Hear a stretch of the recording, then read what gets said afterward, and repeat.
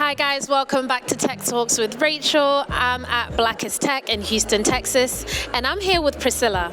She works in talent acquisition, and I'm really excited for this conversation because hopefully she'll give us the insider tips on how to transition over from the UK and also how to just understand the tech market. So Priscilla, could you give us your full name and your job title, please?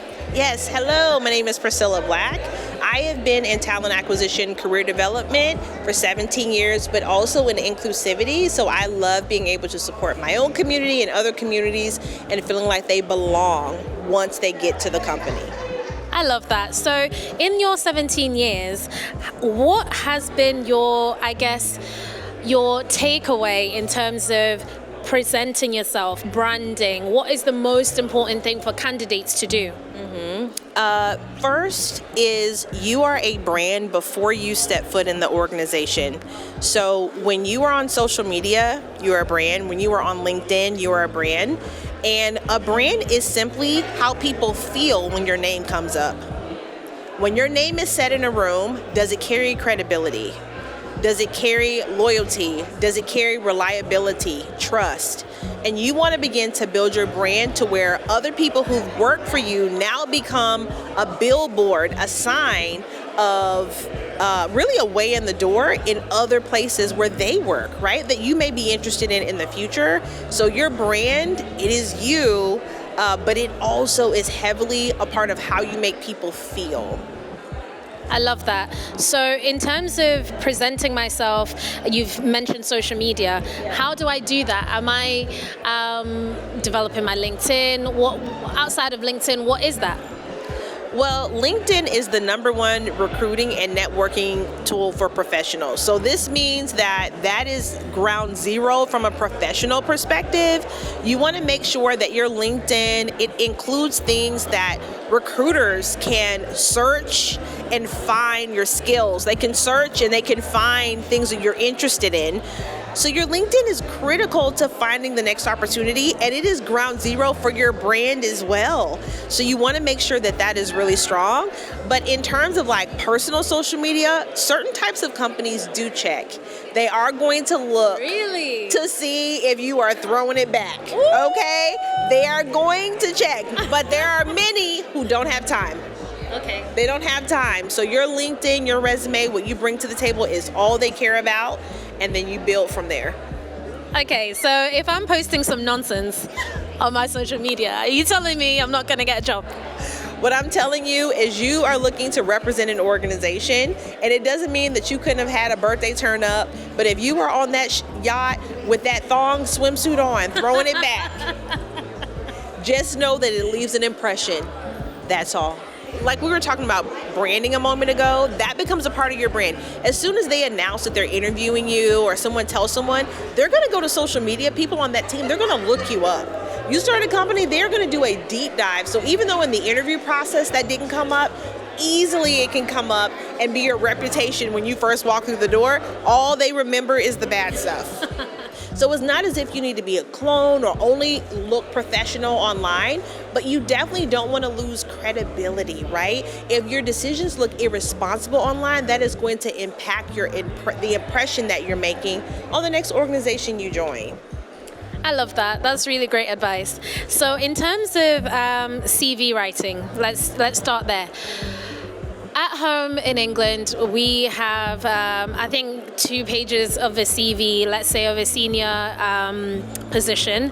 Is that quite similar here in the US? It is very similar. I would say that back in the day, it mattered a lot if you had more than 2 pages. But most resumes are viewed electronically. We don't mind doing a 2-page scroll. Sometimes there's a 3-page scroll, and we're not upset about it if it's still adding value. You have to think about, am I just being too long-winded here, or am I just afraid I'm gonna leave something out? If you've communicated certain skills in the most recent job, you don't need to also include those same things earlier, especially if you have a section on that 2-page, 1-page CV that actually describes in more in detail or kind of summarizes even what you've done. Every bullet point is not going to be read. I hate to break it. It's not. So just be smart about how you position it, but 2 pages is just fine. You talked about your summary at the top of the CV. Yeah. What needs to be included in that? You want that summary, I would say, to have 3 things, and let's see if I can remember them all. The first is you need to give me a position title. I am an aspiring or an experienced software engineer, right? I am a software or SDET, software development, engineering, and test. Or second, I would say you need to include some of your expertise, who is a creative problem solver using tools like. So third, drop in there a couple of things that you use in your everyday that are popular and that you see on a lot of job descriptions, and you have the experience, put it right there at the top so we know what job to offer you. We know what you're going to be good at in that job, and we also know some of the tools you've used, which help us to not have to dig very far to know if you're a fit for us. Okay, those are gems right there. Yeah. Those are gems. In terms of your positions on the CV, do you have to put either paragraphs or bullet points or both? That is a great question. So the summary, I would say that's a paragraph of no more than 4 to 5 sentences. 5 is stretching it. I would say if you're listing a job under professional experience, you want to make sure that is clean and bulleted. If it is a paragraph, we're going cross-eyed. We're not going to read it. We're not. We'll give you 1 sentence and it better be good, right? So make sure it's clean, it's bulleted, bold in places that are relevant, but do not bold everything. Okay. Interests, do you guys care what I do in my spare time? So interests are cool because they're the only thing on the resume that tell me your personality. The only thing. So if you tell me that you're a volunteer coach for basketball or that you're on a bowling league, those provide talking points in an interview to help us like relax and just chit chat about something. So interest at the bottom is a pretty cool. It's not going to hurt. Yeah. It's not going to hurt. Okay, so Rachel wakes up one day in rainy Manchester. Oh, it rains every day. It rains every day. Without fail, it's gonna rain. And I'm gonna be like, I'm done. I'm going to the US and I want to move to, I don't know, Houston or Atlanta or Miami or even California where the sun is every day. What do I do? What kind of steps can I take to position myself to find a company, find a role that translates quite well financially, because I've got quite a lot of years behind me. I've got a contracting background in different clientele, that kind of thing. So what do I do to position myself to succeed if I'm migrating over to the US? All right, so a lot of US companies are global. Not all of them, but the ones that are global, if you are in the UK, for example, let's say you're in Berlin, if you are able to work for a US company in Berlin, then you already have counterparts in the United States, which positions you to even make United States your work location, right? Because you have a company backing you, possibly even sponsoring you to get the green card or whatever you need to legally live there for a long period of time. So I would say find a US company that has offices where closer to you, and then from there try to transition over to the United States. That is one of the easiest ways, besides university, right, where you can get a TN visa or different things like that. But those are, to me, the top 2 ways: university, find a US company. If you are applying for a job and you sit in another country, we already know automatically from the recruiting perspective, we are going to have to do some legwork to try to get you to be able to legally live here. And that's a whole extra hurdle, and you're putting that against candidates who live up the street, right? Yeah. So with that in mind, I would say definitely go those 1 or 2 other ways to help you kind of break into the market. Okay, so I guess what would be your general advice in terms of tech professionals? How do we succeed? What kind of traits have you seen in tech professionals that differentiates the average to the exceptional? Well, first let's talk about on paper, because the resume is the first impression that I'm going to get, a resume or a LinkedIn profile, first impression I'm going to get of the individual. Something that sets them apart is they show up as a problem solver immediately. The second I look at that resume, they have told me problems they have solved, if they were the leader of solving that problem, if they identified that problem and then sought to. So if their LinkedIn and if their resume reads like a job description, like if it reads performed this, did this, versus if it reads, identified key blank, blank, blank, saved the company this amount of money, was able to initiate this. One's a problem solver, one's a doer. So the problem solver is going to win out every single time. Okay, Priscilla, I love money. My audience knows that I love money. I'm all about the money. Give me money. Yes. So I want to know, how much money does a senior get paid here? Like if I'm a senior developer, if I'm a senior tester, if I'm a senior data analyst, what kind of money am I going to anticipate in the US market? Okay, that's an excellent question. First thing is years of experience. If you are coming in 1 to 3 years of experience, do not expect to be making upwards of $200K. And I know online, a lot of places they will see, okay, all engineers make, and sometimes they will get an interview and literally say they want 170, 150. Ma'am, sir, they. No. Okay, you have not solved big enough problems for me to pay you that much, right? So in terms of 1 to 3 years, you'll see a lot get offered 110K. You'll see a lot offered 120K. And so those type of salaries, I think, are more reasonable. You start getting upwards of 5 years, 7 years, 8, and you are also working at top tech companies. Now we're talking equity in addition to a base salary of 200, 250 plus. You become a senior director at these companies, you're pushing north of 300K, right? 350. So this is on average, and I'm talking top tech companies, like top 50 plus in the world. I think that puts me in the senior, which is about 200 with equity and benefits, Yes. and that's dental and healthcare and everything. Do I even get a car with that possibly? It depends on the organization. Is it enterprise, right? It has to be a company that deals with automotive, okay? Okay. But maybe. Okay. Maybe. I'm excited with that. I think I can do that. I'll do my research. Yeah. So, in terms of the best career advice you've ever received, what have you ever received in your life, in your timeline as a recruiter, talent acquisition?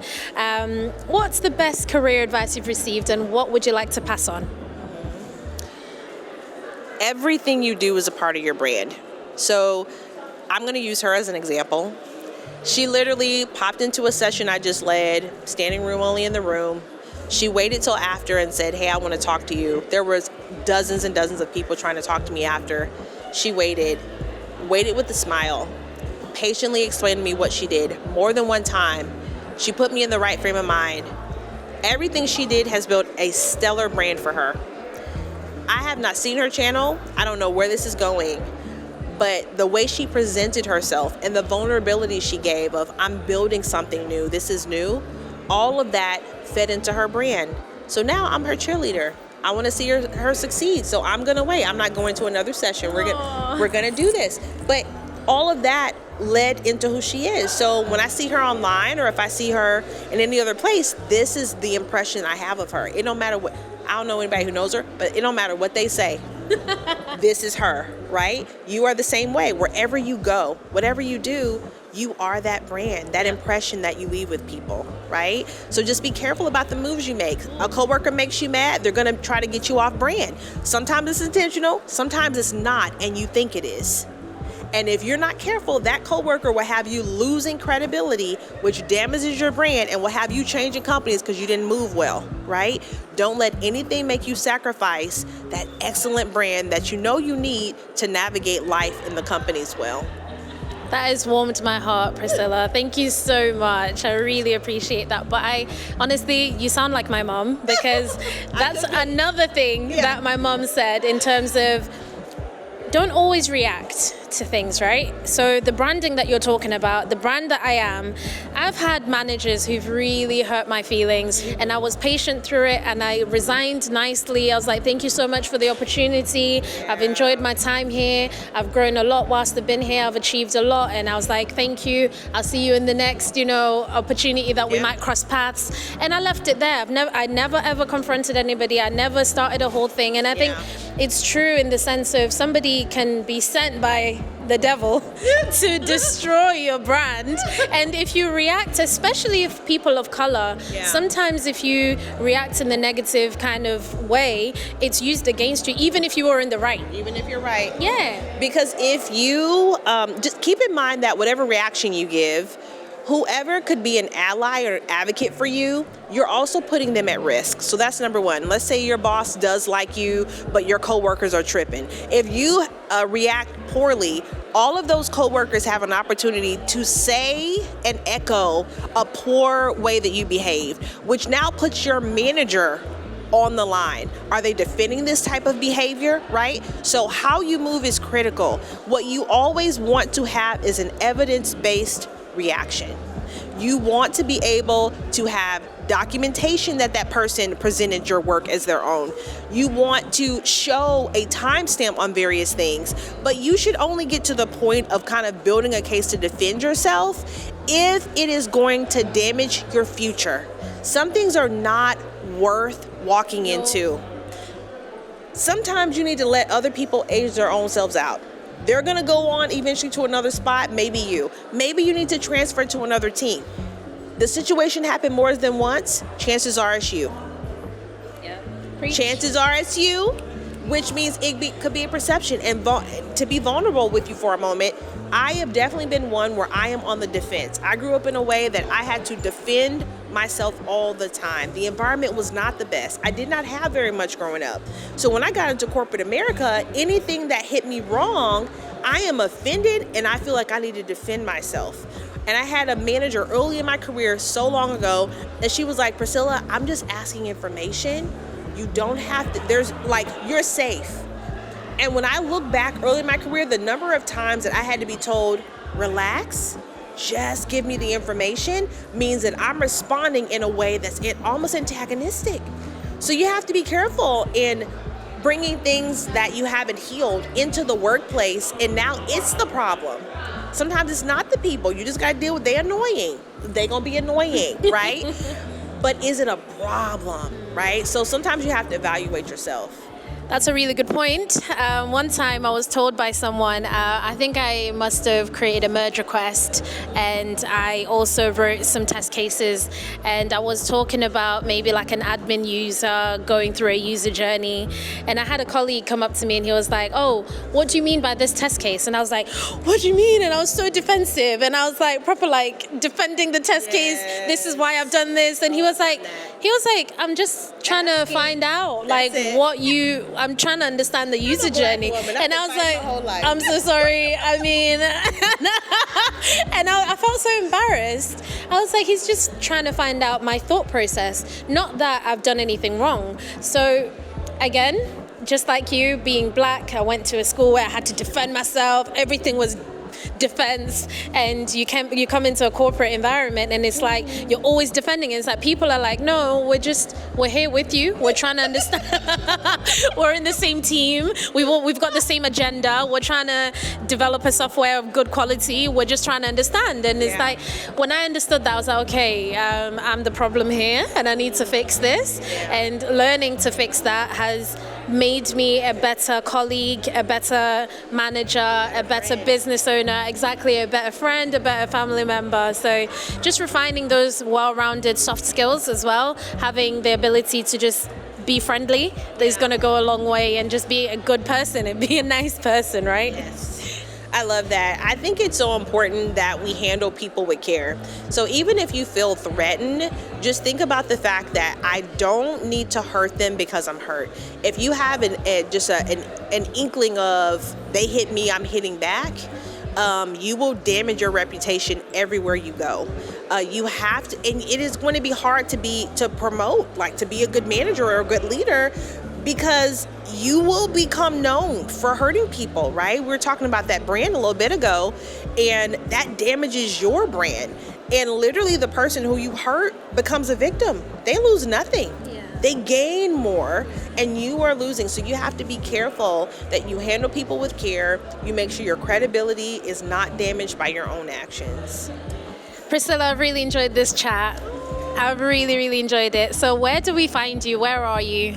Yeah, so I am on TikTok at It's Priscilla B. I'm on Instagram and it's Priscilla B. It's Priscilla _ I be forgetting the underscore. _ B. Underscore.